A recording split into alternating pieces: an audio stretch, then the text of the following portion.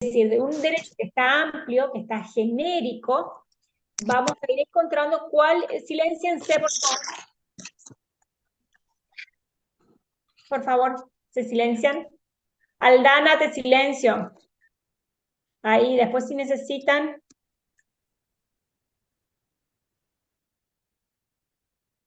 Muy bien. Les decía, de un gran derecho vamos a ir descubriendo cuáles son los subderechos.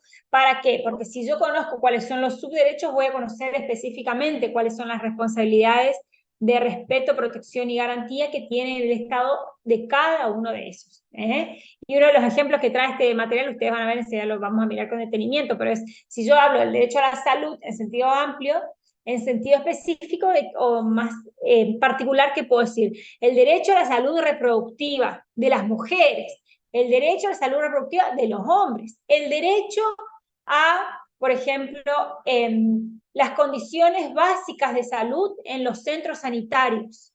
Bueno, y ahí nosotros vamos a encontrar que ese gran derecho a la salud se puede subdividir. Al subdividir esos derechos vamos a encontrar concretamente también las obligaciones del Estado. ¿Y por qué nos interesa esto? Porque recuerden que el Estado puede ser responsable ante la comunidad internacional por el incumplimiento, es decir, por un hecho, un acto o inclusive una omisión de los deberes de respeto y de garantía de los derechos humanos. Por eso es importante saber cuáles son los derechos que tienen las personas, para saber cuáles son las obligaciones que tienen los estados y poder activar todas las instancias jurisdiccionales que sean pertinentes para garantizar el ejercicio efectivo de esos derechos. Ahora bien, vamos a ver qué nos dice este autor en particular. ¿Qué es desagregar? Cuando hablamos de desagregar vamos a hacer referencia a que los instrumentos internacionales establecen más principios que pautas concretas de conducta, es decir, vamos a ver más principios, esto que hablábamos al principio de estas clases acerca de cuáles son las normas reglas y cuáles son las normas principios. Las reglas son las que concretamente, las que específicamente, las que operativamente se pueden aplicar. En cambio, esas normas principios estamos haciendo referencia a las normas que son más amplias, normas que son genéricas, son estos principios que van a ir guiando los pasos o el camino de la legislación, de la jurisprudencia, de la doctrina, pero no será de aplicación inmediata o concreta, sino de carácter programático. Por eso, para trabajar en torno a un derecho principio es necesario desempacarlo, desenvolverlo, desagregarlo, desglosarlo, dijeron la clase pasada, y me pareció muy interesante ese término que utilizaron, no está en el material, pero sí es desglosar ese derecho considerando los subderechos específicos, encontrando cuáles son esos derechos específicos, y al encontrar los derechos específicos vamos a poder encontrar cuáles son las obligaciones que tiene el Estado respecto a cada uno de esos derechos. Y acá también nos habían preguntado, ¿qué es el corpus iuris? Vamos a encontrar términos en latín. ¿Por qué encontramos palabras en latín? Precisamente porque nuestro derecho viene de ese derecho romano, ¿sí? Tiene nuestras bases, nuestros orígenes, nuestras raíces están ahí. Entonces vamos a encontrar todavía algunos vestigios de términos en latín. El corpus iuris es el conjunto de normas, es el cuerpo jurídico, es el conjunto de normas, en este caso, que hacen al derecho internacional de los derechos humanos. Y que, va a decir muy bien el autor, a partir del año 1948, tanto con la Declaración Americana de los Derechos Humanos y Deberes del Hombre en el Sistema Interamericano de Protección de los Derechos Humanos, como con la Declaración Universal de Derechos Humanos en el Sistema de Naciones Unidas, se ha tenido una catarata de materia legislativa internacional. Tratados internacionales, sentencias, resoluciones, informes, observaciones generales, opiniones consultivas y cuántas otras resoluciones, por ejemplo, tanto de la Asamblea General, otros instrumentos provenientes de los Comités de Naciones Unidas, de los distintos órganos de defensa de los derechos humanos, conforman todo ese amplio bagaje normativo que hace el derecho internacional de los derechos humanos. Todo esto que nos va a permitir señalar cuáles son los derechos humanos. ¿Para qué? Para identificar la forma en que esos derechos deben operar al relacionarse en el interior del Estado y hacia afuera. Por eso vamos a encontrar que como corpus iuris advertimos los siguientes elementos. En primer lugar, derechos, principios, amplios o genéricos. Después, subderechos, es decir, cuáles son esos otros derechos que van a ser específicos. Obligaciones particulares, obligaciones de generales, y cuál es el alcance tanto de los derechos, subderechos, como de las obligaciones, ¿sí? Esto es necesario que ustedes sepan cómo va a ser el desglose: derechos, principios, subderechos, obligaciones particulares, obligaciones generales y el alcance de estos. En primer lugar, entonces, advertir que la desagregación del derecho tenemos que ver que todos los derechos, incluidos los derechos humanos, están constituidos por múltiples subderechos. En su mayoría van a ser los tratados de carácter internacional, las declaraciones que van a establecer principios generales, pero no establecen mandatos específicos de acción. Esto, a ver, esta puerta que se deja tan abierta, estos términos que son tan laxos, estos términos que son tan flexibles, estos términos que son tan imprecisos, permiten el desarrollo y la ampliación de los derechos humanos en la medida en la que los distintos estados así lo consideren, porque a partir de los tratados y las declaraciones internacionales, con su estructura de constituciones, principios, permiten una imprecisión, permiten una apertura de todos los documentos que, por supuesto, pueden ser tanto materia de incumplimiento como de cumplimiento, porque al ser tan amplios, ¿cómo hacemos para especificar cuáles son los derechos que han sido vulnerados? Por eso es que los derechos humanos deben ser sistematizados, especificados, no a través solamente de principios, sino a través de reglas. El corpus iuris del derecho internacional es una amplia red donde los derechos interactúan hacia el interior y entre ellos y con sus obligaciones. Y las obligaciones son entendidas como garantías primarias y garantías secundarias. ¿De qué hablamos cuando hablamos de las garantías primarias y de las garantías secundarias? Recuerden que nosotros ya habíamos dicho que si no tenemos, que si solamente tenemos estas garantías que vendrían a ser primarias, que es el listado de los derechos, pero no tenemos las garantías secundarias, que es la posibilidad de acceder a la justicia para requerir el ejercicio efectivo de ese derecho en caso de vulneración o de no poder ejercerlo, no tendríamos un sistema jurídico, sino que tendríamos una simple expresión de buenos deseos. Para que estemos frente a un sistema jurídico normativo, es necesario que no solamente tengamos un plexo normativo consagrado, sino que los mecanismos procesales tendientes a hacerlos efectivos existan, sean funcionales y sean eficaces al ejercicio de esos derechos. Por eso hablamos de garantías primarias como los de fondo y garantías secundarias como la forma establecida para hacerlos efectivos. Esta variedad de todos los principios de derechos permitió que tanto los órganos de tratados, las cortes y otros mecanismos de protección internacional de los derechos humanos adecúen todo su contenido, tanto en lo que son los derechos como las interpretaciones, de forma dinámica y progresiva, permitiendo la funcionalidad de los derechos a pesar de todos los cambios, no obstante los cambios sociales, culturales, políticos, económicos. Por eso vamos a señalar acá algo que retomamos de las clases anteriores y tiene que ver con que los derechos humanos son un proceso en interminable y constante construcción. Eso no implica que la interpretación y ampliación de los derechos y sus derechos quede 100% bajo la discrecionalidad de los mecanismos de protección. Y vamos a encontrar, entonces les decía, ejemplos de derechos desagregados. Desagregados no está mal acá, es desagregados. Ejemplos de estos derechos: integridad personal y debido proceso. Por ejemplo, si nosotros hablamos de integridad personal, el derecho a la integridad personal, ¿qué subderechos incluye? El trato digno durante la detención y la investigación. En prisión, la prohibición y prevención y castigo de la tortura, los tratos crueles, inhumanos o degradantes, por ejemplo. ¿Sí? Entonces hablamos del derecho a la integridad personal vamos a encontrar subderechos.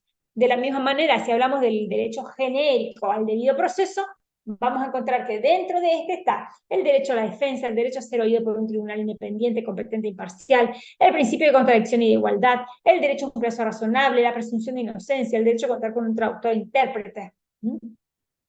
Pero no solamente lo encontramos dentro de los derechos civiles y políticos, sino también que dentro de los derechos económicos, sociales, culturales y ambientales, también vamos a encontrar que son temas genéricos que se pueden ir subdividiendo. Por ejemplo, el derecho a la salud sexual y reproductiva, a la salud de las personas con discapacidad social, derecho al acceso a los medicamentos, derecho al acceso a los servicios de salud. Y si hablamos de la educación, derecho a la educación, a recibir educación, a la enseñanza primaria, a la enseñanza secundaria, a la enseñanza técnica y a la enseñanza profesional, a la enseñanza superior, a la educación fundamental, a la libertad de enseñanza. Todos estos van a ser subderechos en los cuales nosotros vamos a poder encontrar o no cuál es la contracara de este derecho, es decir, cuál es la obligación de los estados para el ejercicio de esos derechos. Hasta ahí. Entonces, lo primero que hicimos fue desagregar ese derecho. Una vez que desagregamos ese derecho, tenemos que pasar al segundo punto. ¿Y qué tiene que ver con ese segundo punto? Tiene que ver con que una vez que se ha desagregado en subderechos al derecho que nos interesa analizar, se va a proceder a dimensionar cada uno de ellos a la luz de las obligaciones que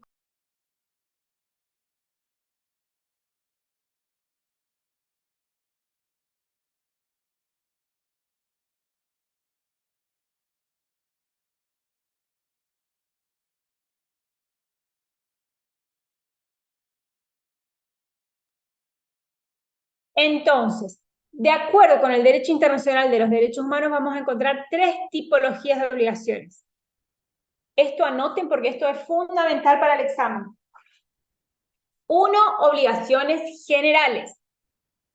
Dos, obligaciones correspondientes a los elementos institucionales esenciales. Y tres, las obligaciones resultantes de los principios de aplicación. Estas tres son fundamentales.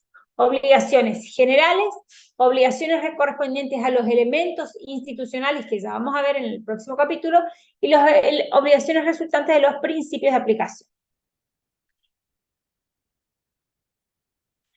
Entonces, primero, la identificación de las obligaciones generales. Recuerden que nosotros pusimos acá obligaciones generales. Lo primero que vamos a estudiar es, entonces, la identificación de las obligaciones generales.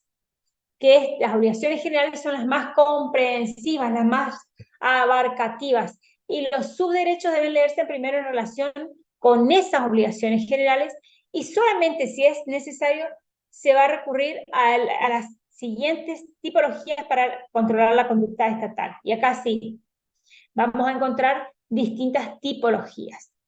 Ahora, dentro de estas obligaciones generales, lo primero que hay que hacer es señalar que, mientras algunos enfatizan la obligación de garantizar como un entramado de deberes, otros van a decir que en realidad son deberes más básicos que se rigen por reglas más laxas. Y ahora sí, algunos aspectos para entender la naturaleza y la dinámica de las obligaciones. Uno, algunas obligaciones se desprenden de manera natural de los propios derechos humanos.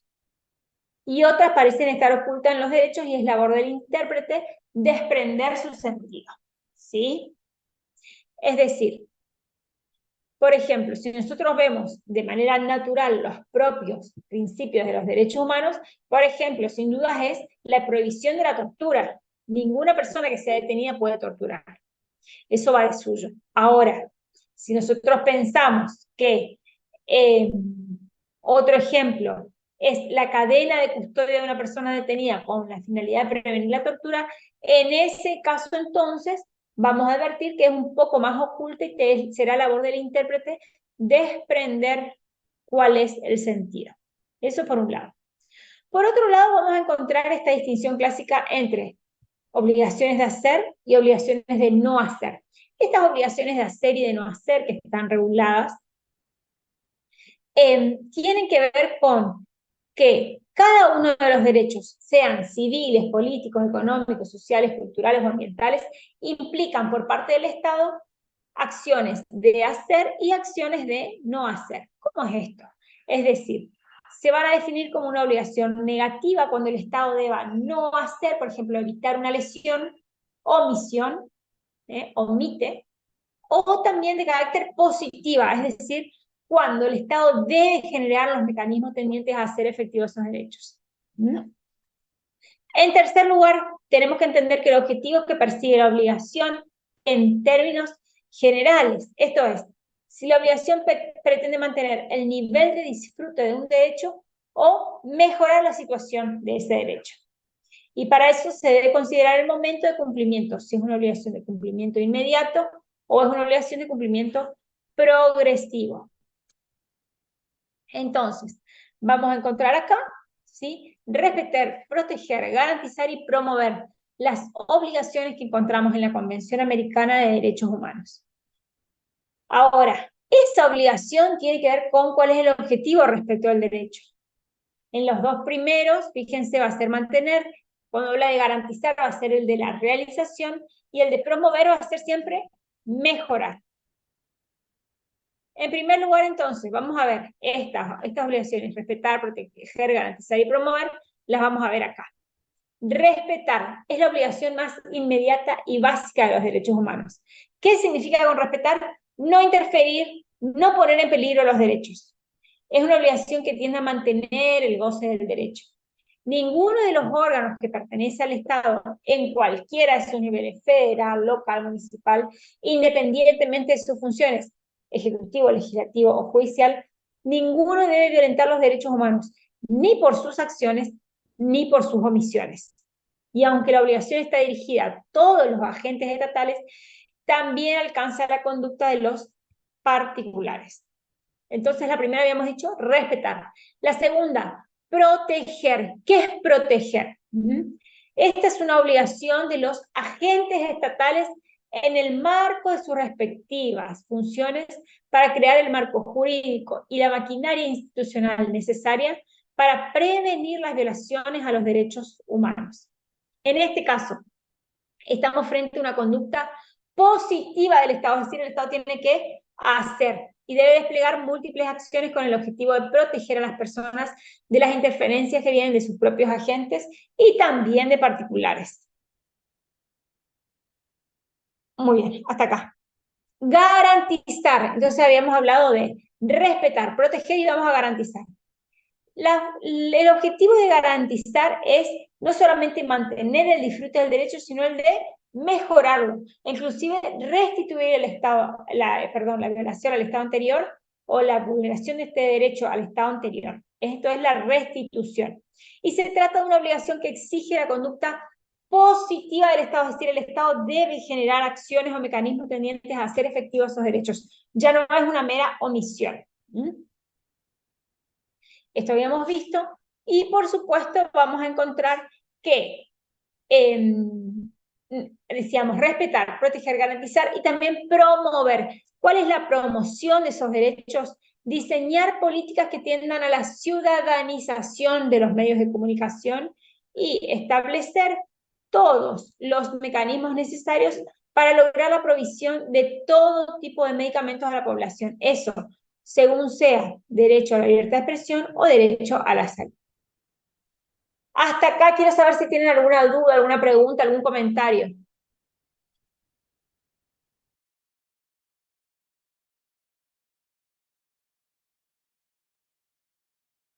Ninguna duda, ninguna pregunta, ningún comentario. Hacemos 5 minutos de recreo, vemos el capítulo 4 y ya comenzamos. Hola, profe. Yo no es una duda específica de este capítulo, pero le quería preguntar si en el examen es literal solo esto del material. En el examen solamente entra lo del material. Bueno, gracias, porque como me pareció muy corto y fácil de entender a comparación de los otros temas que son re largos, te preguntaba por eso. No, está muy bien tu pregunta. Está muy bien, te felicito. Sí, sí, solamente ustedes van a ver, esto es brevísimo, es corto, inclusive el tiempo nos queda como un poco, muy, yo le dije a la coordinadora, nos queda mucho porque el material es cortito, entonces me dice, bueno, hacer repaso, repaso, repaso, sí o sí tienen que saber, esta materia a todos les va a ir bien porque es un tema muy lindo y seguramente que como a ustedes les gusta el derecho, por eso están acá. Así que sí, sí, sí, es muy entendible y es interesante. Bueno, hacemos un ratito de recreo, ¿sí? Ya vengo.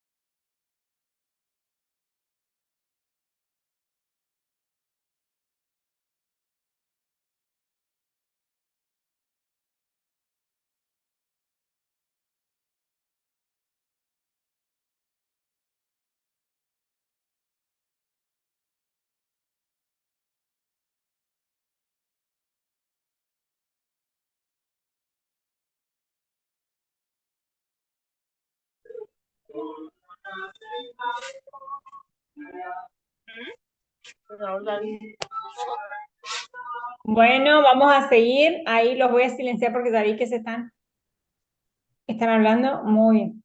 Bueno, vamos ahora con el capítulo cuarto. Elementos esenciales y principios de aplicación de los derechos humanos. Habíamos dicho entonces que, a ver acá, hablamos de estos dos primeros, ¿cómo hacemos para desempacar? Volvemos un poquito a esto. ¿Cómo hacemos para desempacar el derecho? Vamos a ir a desagregar y el derecho. El gran derecho en subderechos. En segundo lugar, identificar las obligaciones generales. En tercer lugar, la identificación de los elementos institucionales esenciales. Y en cuarto lugar, la identificación de los principios de aplicación. Lo que nosotros estudiamos en este capítulo cuarto son estos dos, el 3 y el 4, porque en el capítulo anterior vimos 1 y 2. Ya vimos la desagregación, ya vimos la identificación de las obligaciones generales, Ahora nos vamos a la identificación de los elementos institucionales y después a la identificación de los principios de aplicación. Identificación de los elementos esenciales para el ejercicio de los derechos humanos. ¿Cuáles son los elementos esenciales? Accesibilidad, disponibilidad, aceptabilidad, adaptabilidad y calidad. Este es un tercer nivel de desempaque de los derechos. Como hemos dicho, ya vimos los dos primeros, ahora vamos al tercero. Cada subderecho implica una relectura a partir de las obligaciones generales. Y al llegar al deber de crear un marco jurídico y un aparato institucional que asegure la realización del derecho, se estará frente al tercer nivel de desempaque, es decir, el desarrollo de esta maquinaria a partir de los elementos esenciales. ¿Cuál es el tercer nivel de desempaque entonces? Conocer el marco jurídico y aparato institucional que asegure la realización de esos derechos. Este nivel se acerca más a las materias específicas de la implementación de los derechos humanos. En primer lugar, entonces, la disponibilidad. ¿Qué significa la disponibilidad? La suficiencia de los servicios, la suficiencia de las instalaciones, la suficiencia de silencio, Nico, ahí, la suficiencia de los mecanismos, procedimientos o cualquier otro medio por el cual se materializa un derecho para toda la población.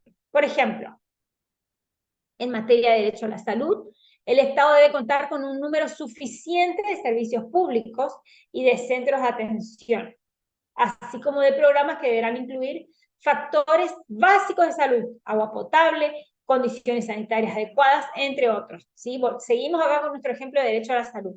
Entonces, en primer lugar, disponibilidad. En segundo lugar, vamos a encontrar accesibilidad. ¿Qué es la accesibilidad? Es el aseguramiento de que los medios por los cuales se materializa un derecho sean accesibles para todas las personas sin discriminación alguna. La accesibilidad que incluye la no discriminación, la accesibilidad física, la asequibilidad, que es la accesibilidad económica, y el acceso a la información. Antes hablábamos de adaptabilidad. Hoy ya no hablamos de la adaptabilidad, sino que se transforma ese término a calidad. ¿De qué hablamos cuando hablamos de calidad? Hablamos del aseguramiento acerca de los medios y contenidos por los cuales se materializa un derecho tengan los requerimientos y las propiedades aceptables para cumplir esa función. ¿Está? Entonces ya vimos cuáles son los elementos, ahora vamos a ver los principios de aplicación. Las obligaciones generales y los deberes que se desprenden de los elementos esenciales de cada uno de los derechos se van a ver complementados por tres principios: no discriminación, progresividad y no regresividad, y el máximo uso de los recursos disponibles. ¿Por qué son principios? Porque los encontramos de manera transversal en todos los derechos y obligaciones.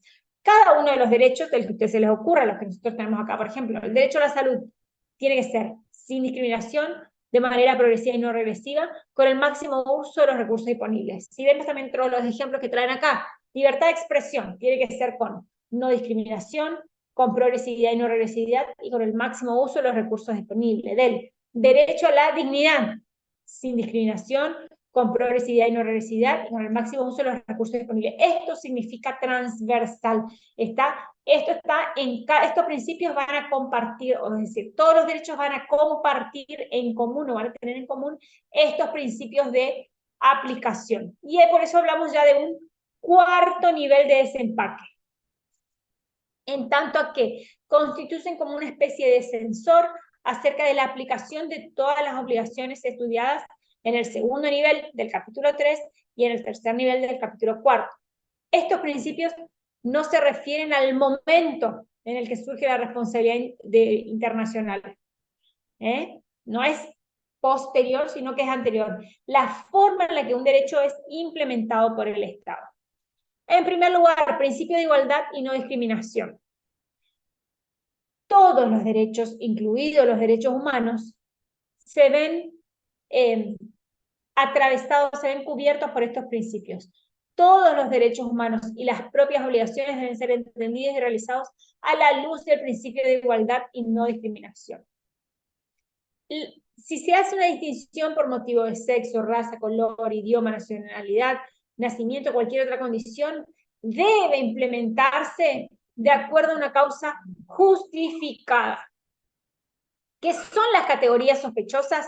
Son estas que nosotros vemos acá: raza, color, sexo, idioma, religión o opinión política, origen nacional o social. Es decir, son todas aquellas categorías, son todas aquellas características que nos van a permitir identificar si un trato diferente por el motivo de esa categoría es o no discriminatorio. Por ejemplo, yo podría preguntar si el Estado puede dividir y puede decir hombres por acá y mujeres por allá.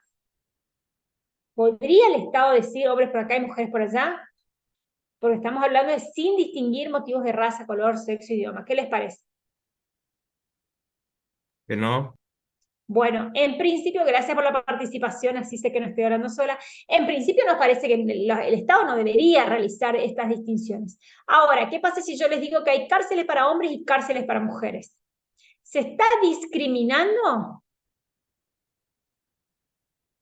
Ahí, entonces, si bien a priori, eso significa en principio, las distinciones por motivos de sexo nos parecen que son, por eso es a priori, dice, en principio estas categorías sospechosas, sopesaría sobre ellas una inconstitucionalidad. En realidad lo que debemos hacer es un test de razonabilidad y pensar y analizar y acercarnos desde la lógica jurídica acerca de la necesidad y la necesariedad de implementar esa política pública. Y ahí tendríamos que poder pensar: ¿hay una necesidad social imperiosa, un interés estatal urgente e insoslayable que el Estado genere en Latinoamérica y en Argentina cárceles para hombres y cárceles para mujeres? Y si nosotros pensamos a priori, es decir, en principio nos parece razonable, nos parece que es aceptable, no nos hace ruido. Si alguien dice que hay cárceles para hombres y que hay cárceles para mujeres, no nos hace ruido. En cambio, si nosotros decimos, por ejemplo, hay una hay una escuela para que vayan a votar los hombres y hay una escuela para que vayan a votar las mujeres. Y yo, en vez de ir a votar a la escuela que me queda enfrente de mi casa, tengo que ir a la que me queda a 7 cuadras, porque esa es la escuela para mujeres. ¿No? En algún momento eso existió, hasta hace muy poco, ustedes son muy jóvenes, pero hace muy poco existió esto de que hay ya escuela para hombres, inclusive en algunas jurisdicciones, y escuela para mujeres. ¿Sí? Esta distinción, en realidad, ¿qué responde? ¿Hay una necesidad social imperiosa, un interés estatal urgente e insoslayable? Otro ejemplo. ¿Qué pasa si yo les digo que los hombres se jubilan a los 65 años y las mujeres se pueden jubilar a los 60 años?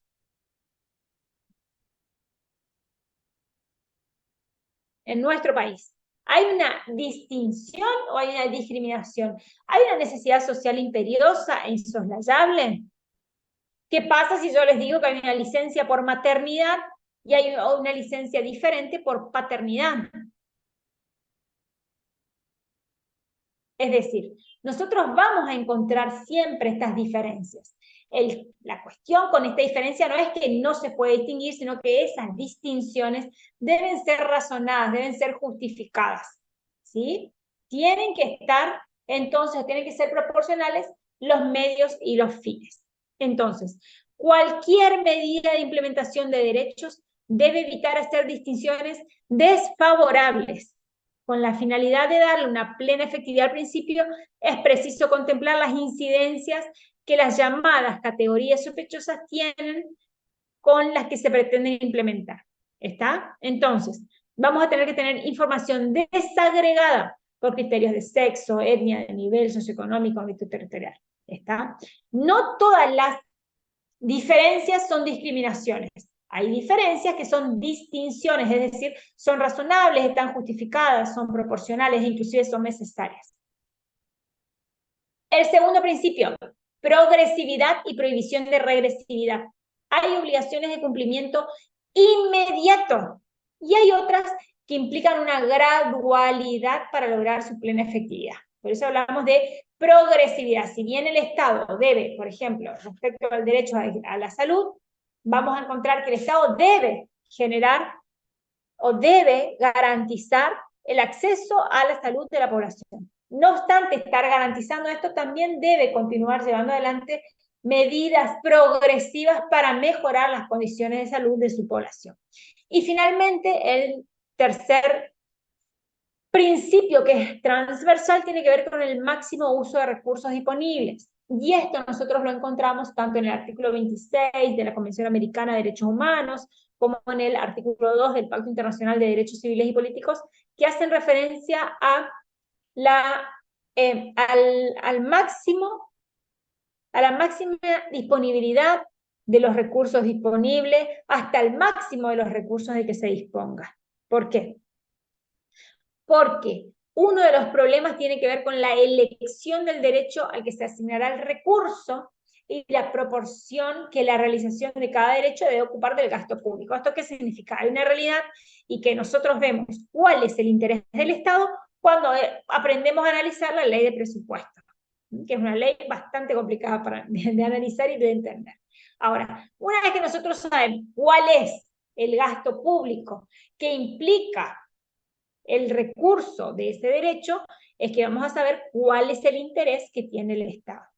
El Estado tiene obligaciones de inmediato cumplimiento, es decir, que lo debe hacer ya. Entonces, el Estado debe garantizar, en primer lugar, el cumplimiento inmediato.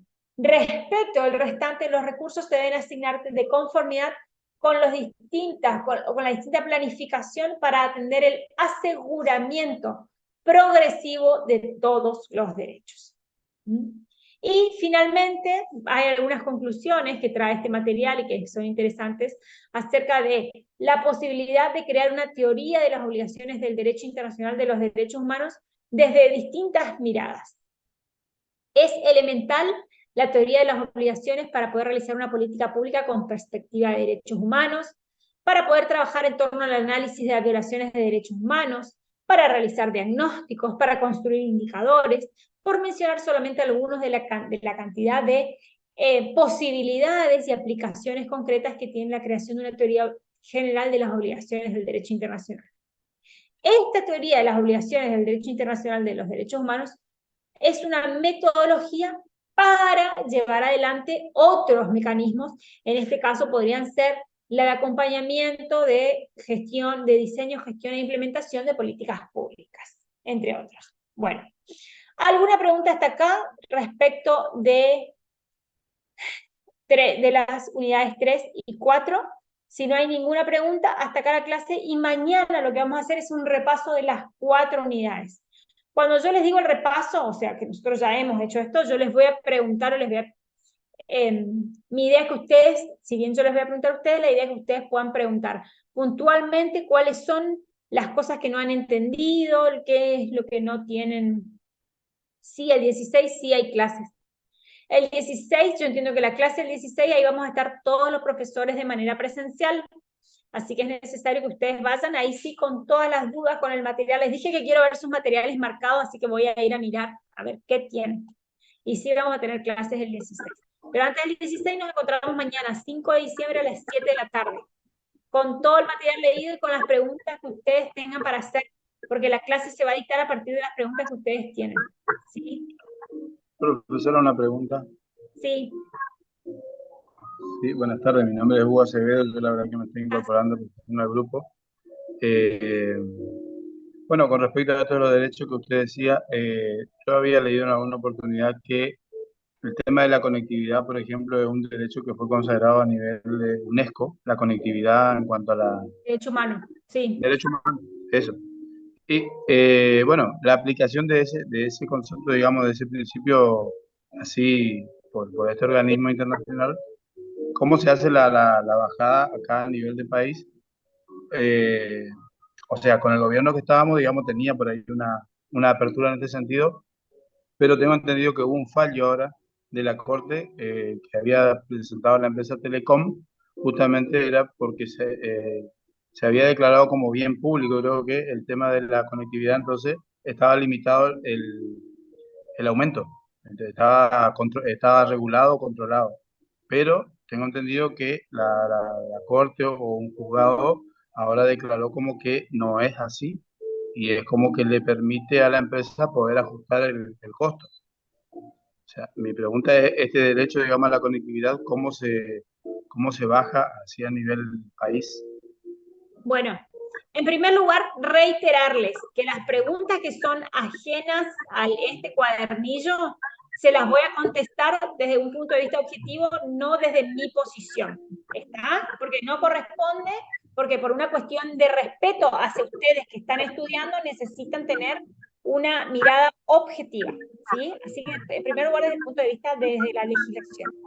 Mi sugerencia para poder entender y para poder tener un debate medianamente serio de la materia y de la pregunta que está haciendo, ustedes necesitan estudiar introducción al derecho, filosofía del derecho, sociología, derecho político, derecho administrativo, derecho procesal administrativo como básico, para que nosotros podamos adentrarnos realmente a debatir una sentencia jurisdiccional que regule el ejercicio de ciertos derechos en nuestro país. Eso por un lado. No obstante, para no dejarlo sin responder, las bajadas de líneas los principios de acción, ustedes los pueden leer, por ejemplo, en los ODS, que son los Objetivos de Desarrollo Sostenible. Hay 17 objetivos que se firmaron en el seno de Naciones Unidas, en la Asamblea General en el año 2015, y que pretenden lograr hacia el año 2030 ciertos objetivos de desarrollo sostenible. Entre esos, ustedes van a encontrar dentro de esos 17 objetivos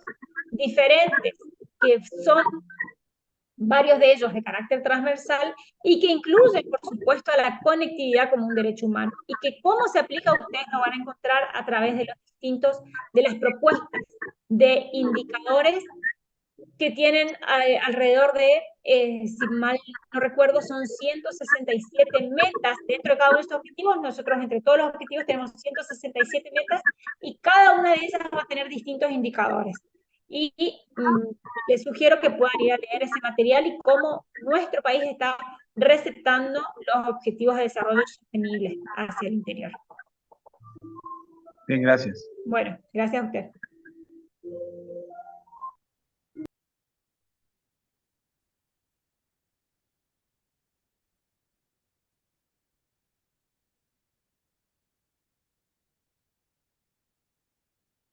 Bueno, ahí estoy por leer las preguntas del chat. El PDF está en la plataforma y el día 16 tenemos clase de repaso. Sí, eso sí. ¿Puede repetir los tres? Yo tengo pregunta el 16, tenemos clase. Vamos, ¿los tres? A ver, volví a preguntarme porque los tres que... Yo tengo pregunta el 16, tenemos clases. El 16 es clases. A modo, ¿cómo podría ver todo este capítulo? ¿Estás hablando del capítulo 3 o del capítulo 4? Este PDF está en la plataforma. A ver, esto que yo les mostré no es un PDF, es un PowerPoint que lo hicimos. Lo que sí está en la plataforma es el material que ustedes tienen disponible. Bueno, ¿sabes si el examen será virtual o presencial? No sé.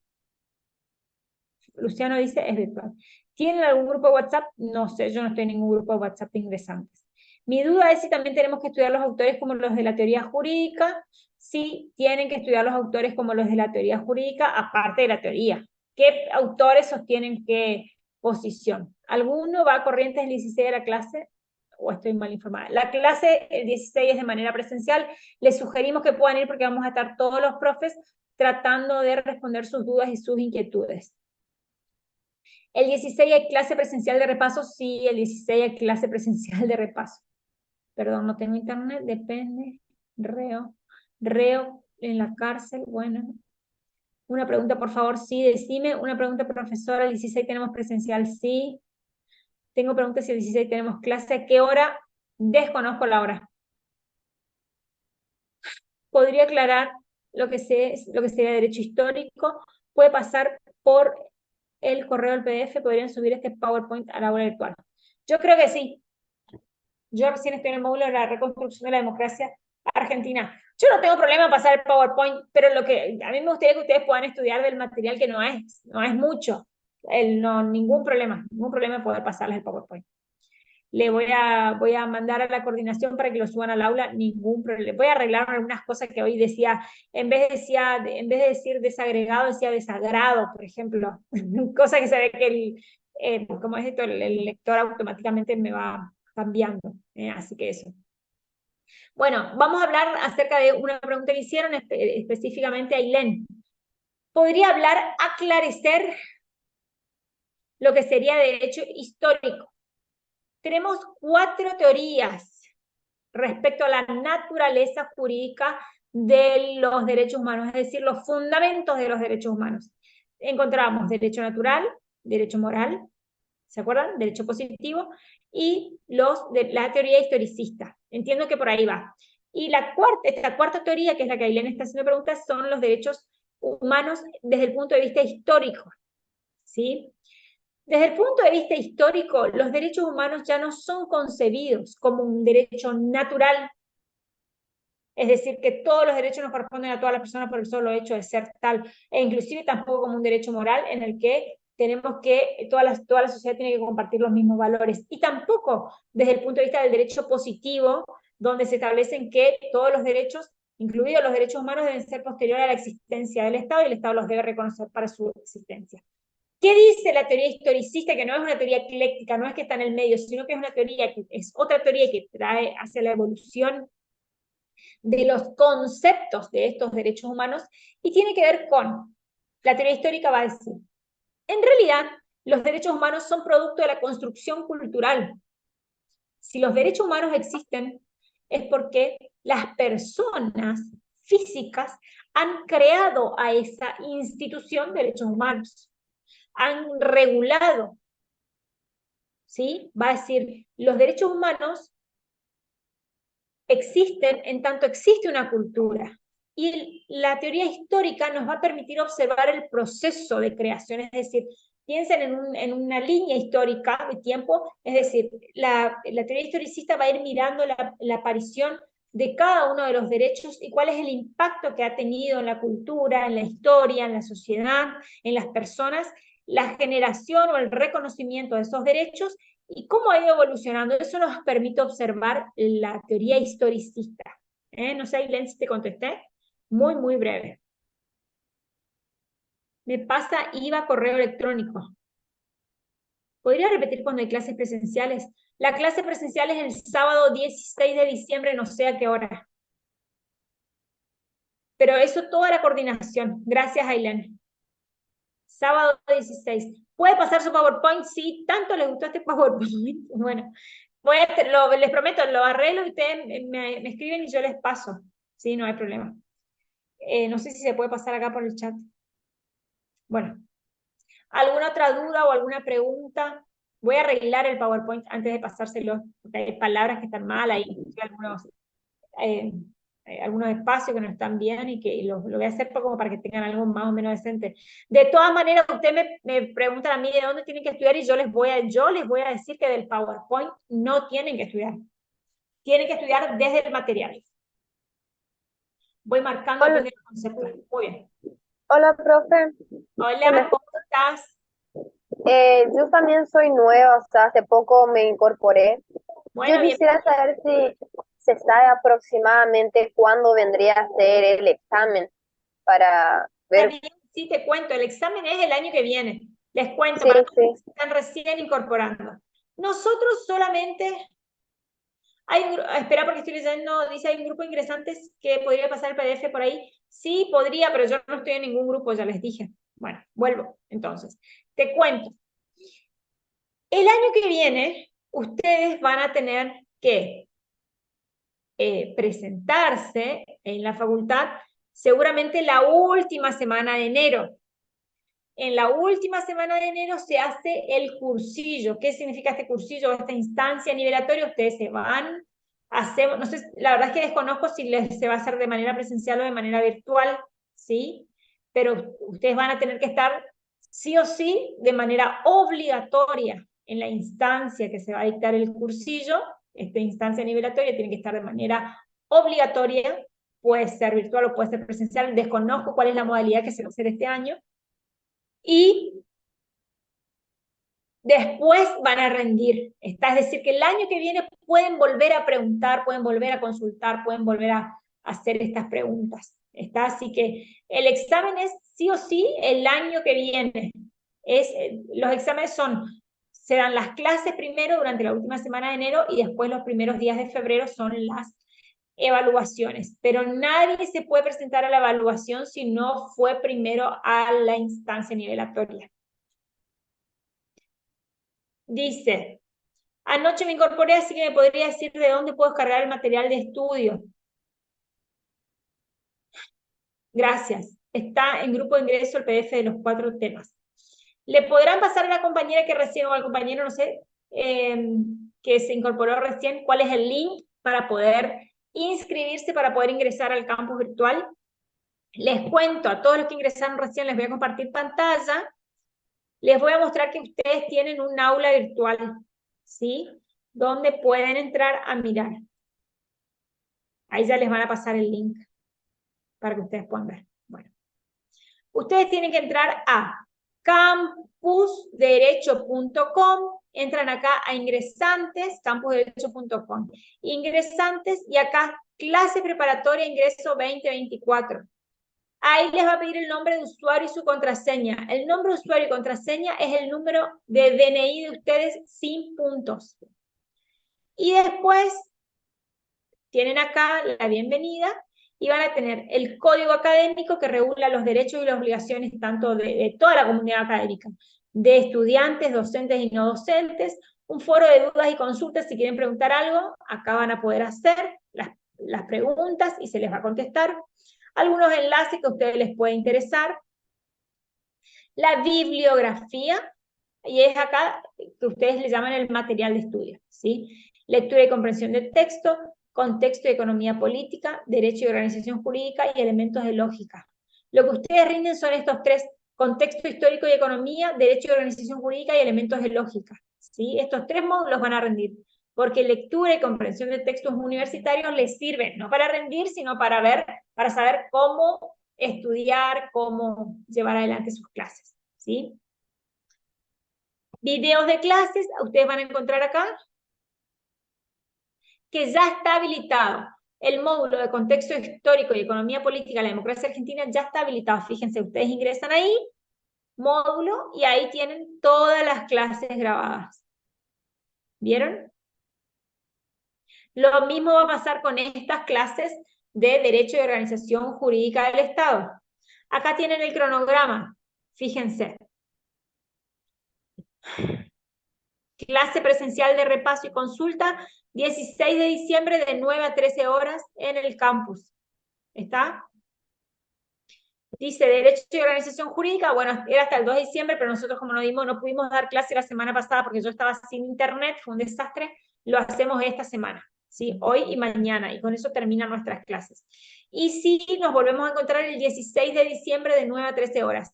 Les sugiero que vayan porque también les va a servir para consultar qué tienen que presentar para inscribirse, cómo, si para todos los que no saben eso, pueden ir y pueden consultar directamente con la subsecretaria que está ahí, y ellos los van a poder orientar bien respecto a cómo tienen que presentar sus papeles, qué pasa con los que se llevan materias al año que viene, si se pueden inscribir o no se pueden inscribir, hasta cuándo tienen tiempo para sacar las materias que ustedes están adeudando de 5º año, etcétera, ¿sí? Así que no dejen de ir a la clase porque no solamente les va a servir una clase de repaso, sino como para ir a conocer de qué se trata. Y después, bueno, esto es en extensiones áulicas. Nosotros tenemos extensiones áulicas en toda la región, en Chaco, Corrientes, Formosa y Misiones, en el interior de las provincias y en la capital de Misiones, en Posadas. Y acá vamos a encontrar resumen de los intentos. ¿Esto qué significa? Acá tienen autoevaluaciones, que también, si ustedes van el 16, les vamos a poder mostrar cómo ustedes van a hacer sus propias autoevaluaciones. Si ustedes entran acá, por ejemplo, van a encontrar estas 10 preguntas. Hasta el momento solamente 48 personas ingresaron, ¿sí? Hicieron los intentos. Fíjense, yo les pongo acá, previsualizar el examen. Vamos a ir a otro, a ver, ustedes van a ir acá, previsualizar el examen. Yo inicio el intento y va a ser así. Seleccione la opción falsa, la técnica Pomodoro, y ahí nosotros vemos, es una estrategia que facilita la memoria, es una estrategia de manejo, es una estrategia mediante la cual selecciono una determinada no sé qué, una estrategia, bueno, ahí yo voy eligiendo. De esta manera ustedes van a ir a rendir, por eso es necesario que hagan estas prácticas. ¿Ven? Ustedes van eligiendo, seleccionan la opción correcta, y ahí vamos a la página siguiente. Y así ustedes van a poder ir viendo el avance. Fíjense, seleccione la opción falsa. Bueno, terminar intento, nosotros no marcamos nada y ahí ustedes van a ver, él les va a avisar cuáles son, no respondiste, no respondiste, no respondiste, no respondiste, regresar al intento o enviar todo y terminar. Esto es necesario que ustedes hagan estas prácticas, no solamente para aprender o para ver el grado de conocimiento que ustedes tienen, sino también para ir viendo cómo se va a hacer esto en el examen. ¿Está? ¿Cómo van a ser los exámenes? Hola, profe. A ver. Soy nueva, está en PDF, muchas gracias. Sí, estoy inscrita, o sea, solicité la inscripción y ya me enviaron el correo. Ah, perfecto. Hola, en la naturaleza de los derechos humanos, la inestabilidad del catálogo en pros y contras se podría entender de forma positiva, negativa. Cuando nosotros hablamos en realidad de... a ver, tratemos, mi sugerencia, es que tratemos de circunscribir el lenguaje específicamente jurídico, porque cuando nosotros hablamos de acciones positivas o de acciones negativas, estamos hablando de términos jurídicos. Entonces, por ahí si dice pros y contras, yo les pediría que ustedes digan pros y contras, porque si ustedes están hablando de acciones positivas o de llevar adelante ciertas medidas, acciones positivas, es un término jurídico que corresponde al principio de igualdad y que nada tiene que ver con esto que vos estás hablando, ¿sabes? Así que por ahí, mi sugerencia es que si ustedes ven pros y contras, lo dejen así y lo escriben de esa manera que uno entiende, ¿no? De pros y contras en realidad no es positivo, no podríamos utilizar el término coloquial como nosotros lo estudiamos en el punto de vista jurídico. Recuerden que cuando nosotros hablamos de las acciones que lleva adelante, tanto de hacer como de no hacer, en algunos casos esa acción negativa es el deber de no lesión. Eso está en el primer capítulo que ustedes leyeron. La no lesión es una acción negativa por parte del Estado para el cumplimiento de los derechos. Es decir, que el Estado no solamente tiene que llevar adelante medidas de acciones que generen las políticas tendientes a hacer efectivos los derechos, sino que en algunos casos también debe abstenerse. Y en ese abstenerse son acciones negativas, es decir, no hacer, que corresponden también a los deberes del Estado. Entonces, por ahí para no marearse, les sugiero que puedan hablar de pros y contras. En aula estarán la clase grabada para repaso. Todas las clases estarán grabadas para el repaso. Cuando nosotros terminemos, ahí yo tengo que descargar alguna de las clases y vamos a ver cuáles son las que más o menos están bien, que no se nos cortaron tanto. La verdad es que tendríamos que haber grabado, pero se acuerdan que queríamos grabar y se cortaba demasiado la clase, así que eso no se puede subir porque no se entiende nada tampoco esa clase. Pero sí van a estar subidas las clases de los 4 capítulos. A los 4 capítulos los van a tener, no se preocupen por eso. ¿Alguna otra duda, alguna consulta? Si no, nos vemos mañana a las 7 de la tarde. Bueno, gracias a ustedes. Lean mañana, para mañana traten de leer, todo es muy, muy breve, y mañana vamos a trabajar a partir de las preguntas que ustedes hagan, ¿sí? Y después nos vamos a ver el 16. Que tengan buenas noches. Hasta luego, profe, gracias. Hasta luego. Adiós. Buenas noches, profe. Buenas noches. Hasta mañana. Hasta mañana.